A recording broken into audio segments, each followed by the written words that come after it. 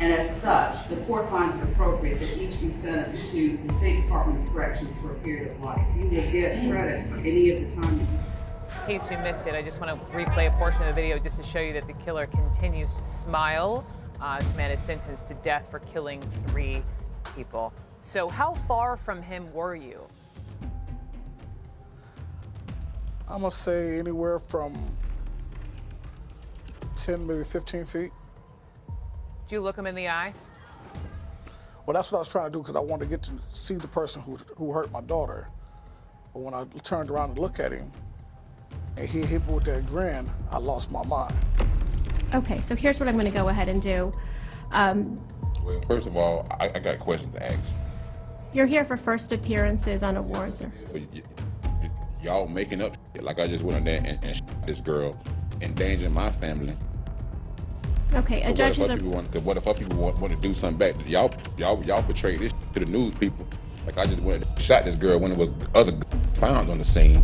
A lot of people grow up without having to face any consequences for their actions. Sometimes it is these same people who think they can commit crimes and get away with it without anybody so much as batting an eye. But as the saying goes, if you do the crime, you better be willing to do the time, because there's a good chance that the legal system is going to catch up with you. The following stories tell the tale of 3 ruthless killers who seemed surprised to find out that they would be paying for their crimes with life behind bars.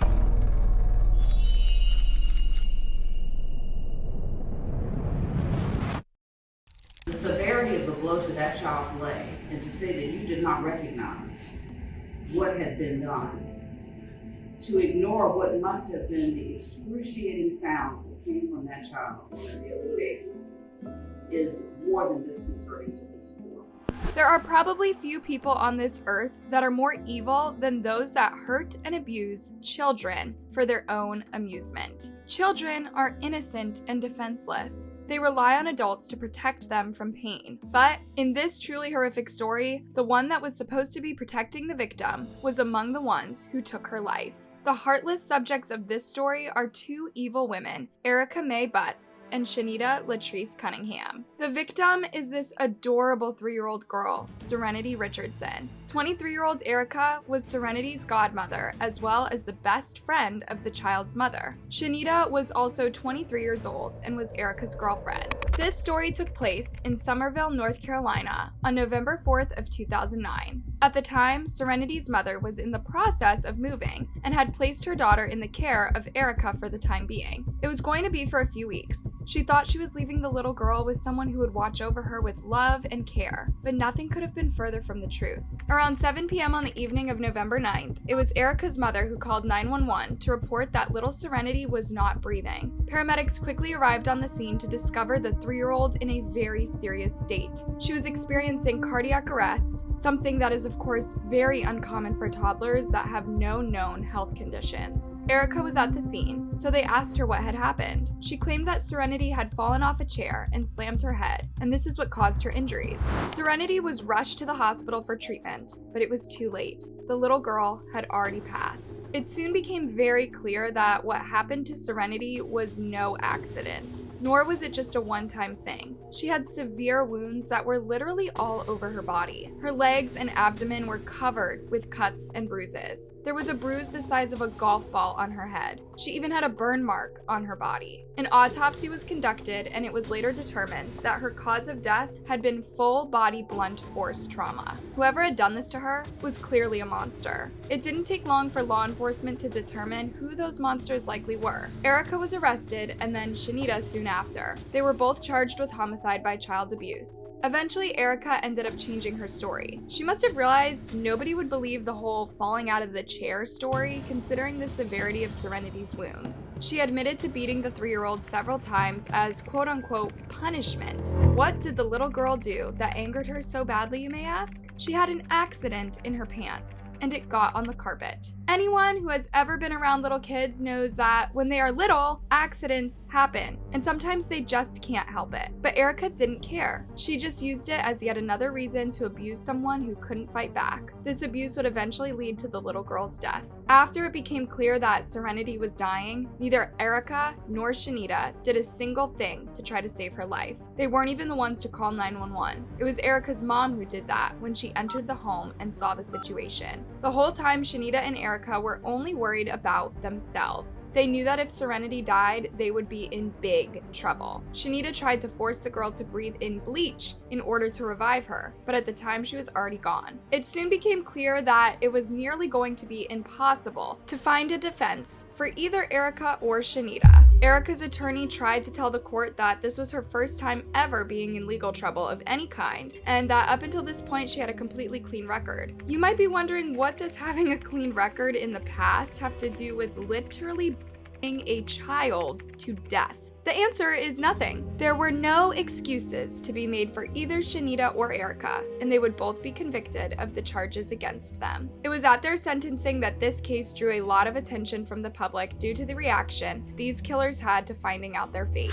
And as such, the court finds it appropriate that each be sentenced to the State Department of Corrections for a period of life. You will get credit for any of the time that you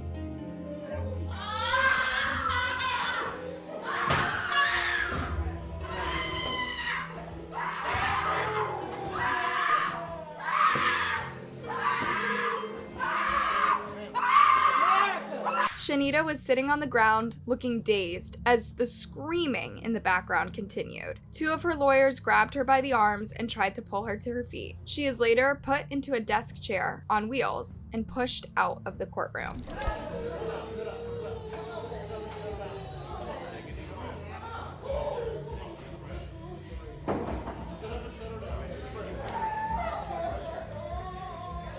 Meanwhile, Erica remained slumped on the floor, halfway hidden by the courtroom desk. While her legal team tried to coax her to get up, another woman, possibly her mother, can be heard calling out to her in the background.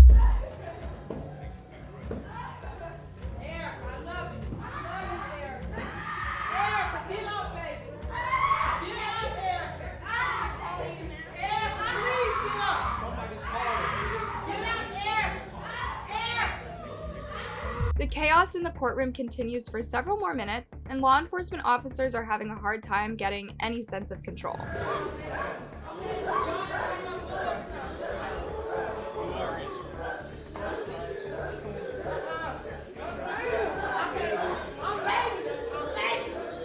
Finally, the lawyers are able to get Erica into a chair so they can begin wheeling her out of the courtroom. When she begins to hyperventilate loudly, someone in the background calls for an EMT.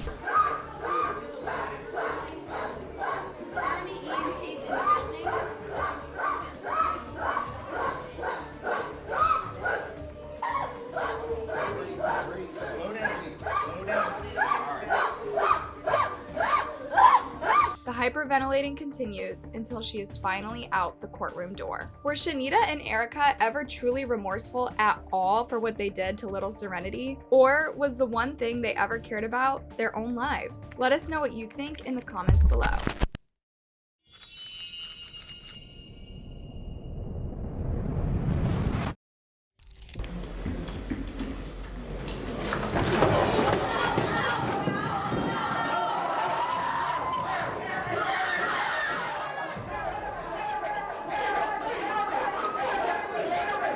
What you just watched in that clip was a father launching at his daughter's killer in the courtroom after he grinned at him during his sentencing. But who is this man, and how did this situation get to this point? That's what we have to unravel. The criminal in that clip is a serial killer named Michael Madison. He was born in October of 1977 and experienced a pretty horrific childhood. His mother was mixed up with drugs and other illegal activities, so she was often gone. When she was around, she would abuse him in some pretty unthinkable ways. If she wasn't just beating him with whatever she could get her hands on, she was coming up with other sadistic ways to abuse him. For example, she would force food down his throat until he would get sick, and would even drop him into a bathtub of boiling hot water. It was complete and utter torture that would continue until Michael was eventually able to run away from home when he was 16 years old. While none of this excuses the horrific things that Michael would later do as a ruthless serial killer, it does help explain why he came to hate women so much and target them as the victims of his own abuse when he grew up. Michael turned to a life of crime pretty quickly. He was arrested and sent behind bars for the first time for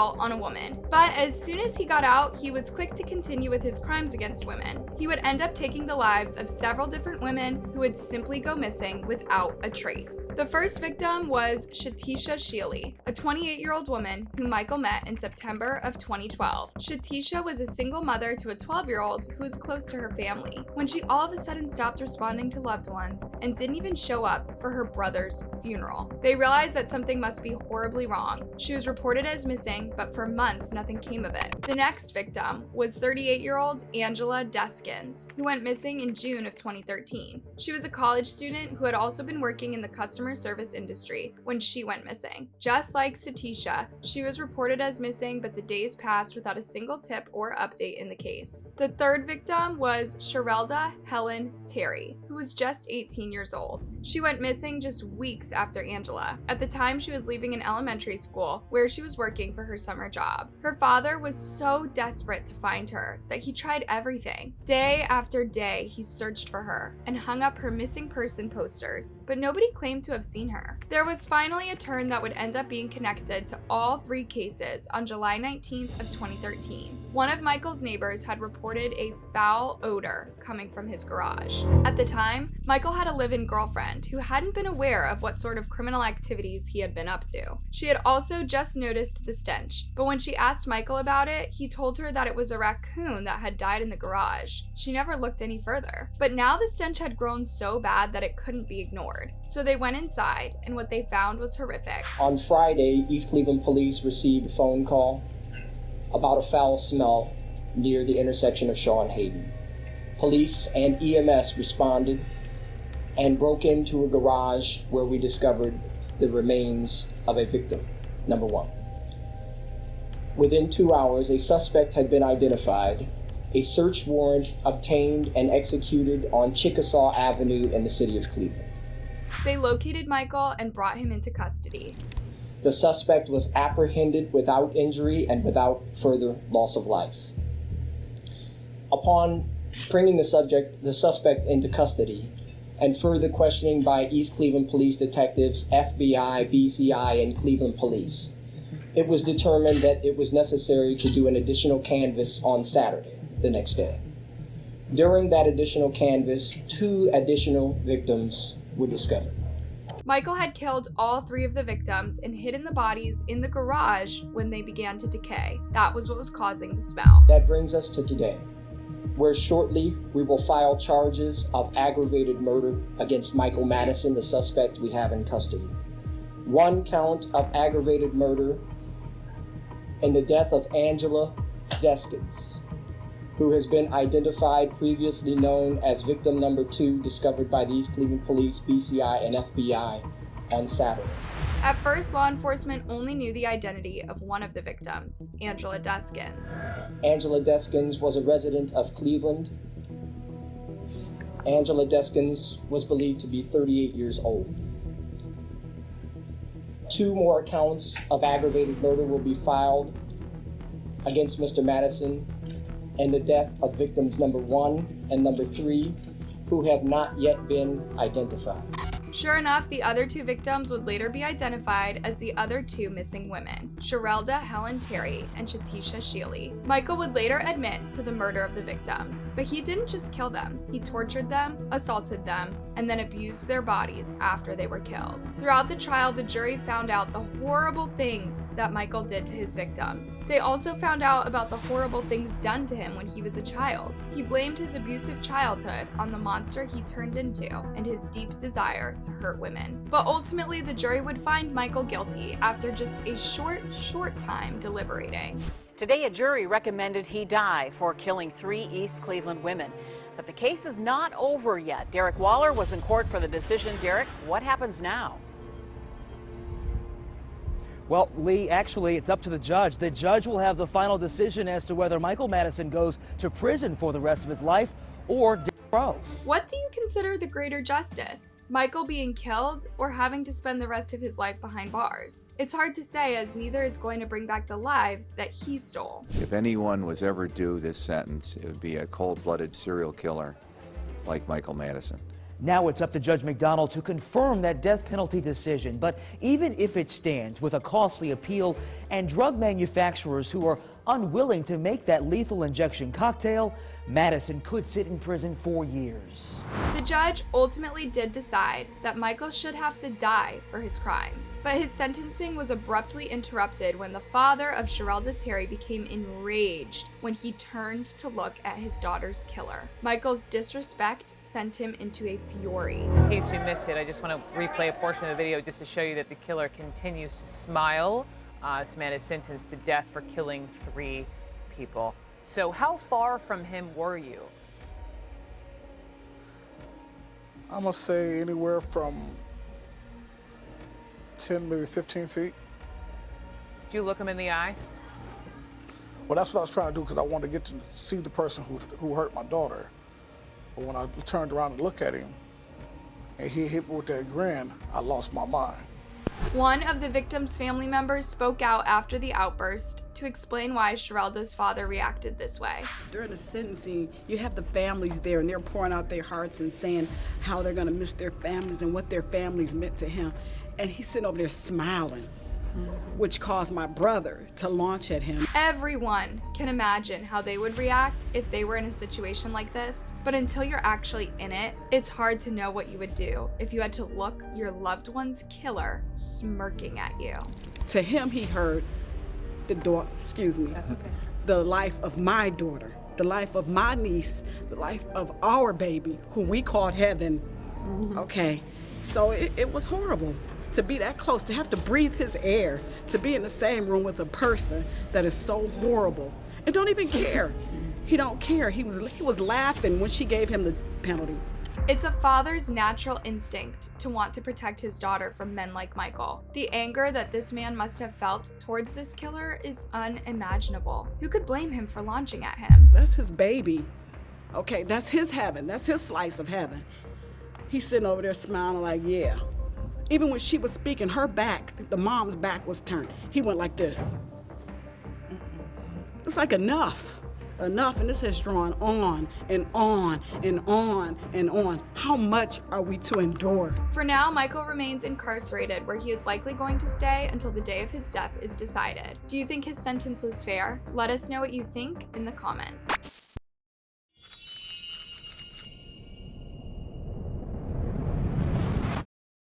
Most wanted man in Florida is waking up in a hospital this morning. Police captured Markeith Loyd Tuesday night in Orlando. The chief says he resisted arrest and he's now being treated for minor injuries before they haul him off to jail. Markeith Loyd is a truly sadistic and very dangerous man with little regard for human life. He proved this in December of 2016 when he brutally killed his pregnant ex-girlfriend, Sade Dixon. At the time, the couple had broken up and Markeith decided to go confront her at her home. This was not the first time that Loyd had been violent to Sade. She had accused him of abuse in the past. Along with killing her, he also injured her brother. And then, like the coward he is, he went on the run. After this, he texted Sade's phone some pretty disturbing messages and blamed her for what had happened. Shocking words from an accused killer. The Orlando Sentinel is reporting it's gotten a hold of the text messages Markeith Loyd sent to his ex-girlfriend Sade Dixon moments after her and her unborn baby. In those texts, Loyd reportedly said, quote, "Don't know if you go make it, hope you don't," end quote.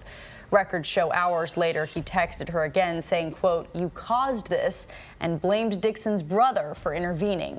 For weeks, nearly the whole state of Florida was looking for Loyd. Everyone wanted to bring the man who killed his pregnant girlfriend to justice. His picture was shown on the news enough that it was only a matter of time before someone recognized him. January 9th of 2017 was the day that Loyd was spotted. At the time, he was at a Walmart when one of the shoppers recognized him from his picture on the news. Here is a clip taken from the surveillance footage of Loyd walking into the store on what was about to become a very tragic day. He's dressed in a black hoodie and camo pants and is pushing a cart. At first glance, he looks like he could be just a normal shopper, but in reality, he is just moments away from taking yet another life. The person who recognized Loyd in the Walmart went and reported this to an officer who was in the store at the time. The officer's name was Lieutenant Deborah Clayton. Lieutenant Clayton, a wife and mom, was a well-loved member of the community and was often working patrol at this particular Walmart while she was on duty. When Lieutenant Clayton determined that it was Loyd who was in the store, she went to stop him from leaving. But as she did, he fired at her, hitting her 4 times. One of these was a fatal strike to her neck. Emergency personnel rushed to the scene and began giving her CPR, but sadly nothing could be done to save her life. The Walmart was crowded on this day, and many witnesses were there to see these horrible events unfold. I saw Miss Deborah fall, and he just kept shooting her while she was on the ground. Then Loyd ran out of the store and was on the run again. Just minutes later, another officer spotted a vehicle he thought could belong to Loyd and entered a nearby apartment complex. The officer began following him, but Loyd was quick to notice him. He grabbed his weapon and fired 2 times at the officer's unmarked vehicle before taking off. Luckily, the officer was unharmed. Loyd must have realized that he needed to ditch the car he was driving, because the next thing he did was carjack a man and steal his 2013 Volkswagen before taking off yet again. For more than 9 days, the state of Florida was on edge as a major manhunt went underway to try to bring Loyd to justice. Throughout that time, he continued his reign of terror. Schools were placed on temporary lockdowns. A reward for information that would help find Loyd went up to an incredible $100,000, and SWAT teams combed through areas looking for any sign of him. Tragically, on the very same day that Lieutenant Clayton was killed, another officer, Deputy Norman Lewis, also lost his life. This officer was out looking for Loyd while on a motorcycle when he was fatally struck by a vehicle. It was a time that Orange County Sheriff Jerry Deming would later refer to as the worst in his entire career. But the 17th of January must have also been one of the best. A wave of relief washed over the community when Loyd was finally located and captured in an abandoned home. He's along with sheriff's deputies and U.S. Marshals surrounded an abandoned home Tuesday night in southwest Orlando. They've been tracking Loyd's phone, and they were able to zero in on his location through pings. The chief says when Loyd walked out of the house, he was wearing tactical gear, and these were the guns in his hands, which he then dropped to the ground. How long had this killer been hiding out at this house and managed below, underneath, seemingly everyone's radar? Took Markeith Loyd into custody in the Carver Shores area in Orange County last night. It happened about 22 hours ago. Loyd knew that if he wanted to evade law enforcement, he would have to pick a hiding space that wouldn't attract attention. And for a while, this location seemed to work. Who we did see when we pulled up earlier this afternoon were employees with Orange County's code enforcement. They came here to the back of the house, putting up this plywood, securing the back area. There's sliding glass doors behind here, as well as the window, securing this earlier this afternoon. But before they did, we got a chance to look inside and how Loyd was possibly living. The place where Loyd spent days hiding was run down and unkept. As far as neighbors knew, nobody had been living there for a while. There was no electricity, no running water, and it was barely inhabitable for a human being. Next to the back sliding glass doors where Markeith Loyd tried to escape last night was a portable toilet, a wig, and packages of unopened shirts. It's a glimpse of how Loyd may have been living in the time he was in this house. One neighbor who lived nearby found it super disturbing that a violent killer like Loyd was living so close by. She also said that she doesn't believe that it's possible that nobody knew he was there during the time he was hiding out there. It's just too close to comfort. If she didn't know him, somebody knew. That deal in that house knew she knew him, so it just don't make sense to me how he could just be this close. And from coming way from Pine Hills to ended up right here, somebody knew he was in there. If they did know he was in there, they didn't give him away. Orlando Police Chief John Mina said the home was abandoned. According to the Orange County property appraiser, the home is owned by Cameron Skeet. He passed away in 2011. Law enforcement had to use what would later be determined as justified deadly force to bring this deadly threat into custody. That's why he looked pretty rough while he was led into law enforcement headquarters after his arrest. He was bloodied and had an apparent eye injury. He would later lose that eye. Why'd you do it? Where have you been hiding? Now that Loyd was finally in custody, he could be brought to justice for the lives he took. Sade Dixon's mother spoke out about his arrest. My daughter, she deserved justice. She really does deserve justice, and I'm glad he's caught. I'm glad now I can ask him why. Why? Why would you want to do this to our family and try to kill both of my babies? Pretty much from the very beginning, Loyd made it clear that he was going to be a difficult defendant in this case. When he made his first court appearance, while flanked with officers on both sides of him, he said that he didn't want a lawyer. He was very argumentative and told the judge that he would be representing himself. He also said that he didn't like the way that he had been portrayed to the public. Okay, so here's what I'm going to go ahead and do. First of all, I got questions to ask. You're here for first appearances on a warrant, sir. But y'all making up shit like I just went in there and shot this girl, endangering my family. Okay, a judge is a... What if other people want to do something back? Y'all portray this shit to the news people. Like I just went in there and shot this girl when there was other guns found on the scene. After being charged with 2 counts of murder, along with several other major charges, Loyd pleaded not guilty by mental illness. It was determined the prosecution would try to require him to pay with his life if he was convicted. While in court, it was rare for him to sit quietly. He was known for frequent outbursts and condemned the way that law enforcement and the court had been treating him. Despite all the things he had already done, he claimed that God would still be on his side. I know you do and you feel that way, but you should talk to your lawyer. He told the judge that he knew nothing about the murders that he had been charged with and had been framed by law enforcement. I'm raising a relationship back then for somebody else I absolutely don't know nothing about. And they framed me, Throughout the trial, while he was hanging out behind bars waiting for court proceedings, Loyd never showed any signs of remorse. If anything, he seemed proud of the fame and notoriety he had gained because of his crimes. While speaking to one of his daughters and her mother, a former girlfriend of his, he said that he thought that they should write a book about him. After all, as he claimed, others were already making money off his story. Write me a book. Write you one. Get some money. Everybody else trying to get paid on my name. During this same conversation, he also laughed and joked about how he had avoided law enforcement so long by blending in. I was there on bike. It was ultimately up to a jury to decide whether or not Loyd was guilty. His live reaction was captured in court. You will see that he still has a patch over where his injured eye used to be. But even with just one of his eyes showing, you can tell by his expression that this verdict is not the one he expected. The state of Florida versus Markeith Loyd. Verdict, count 1. We, the jury, find as follows as to count 1 of the charge.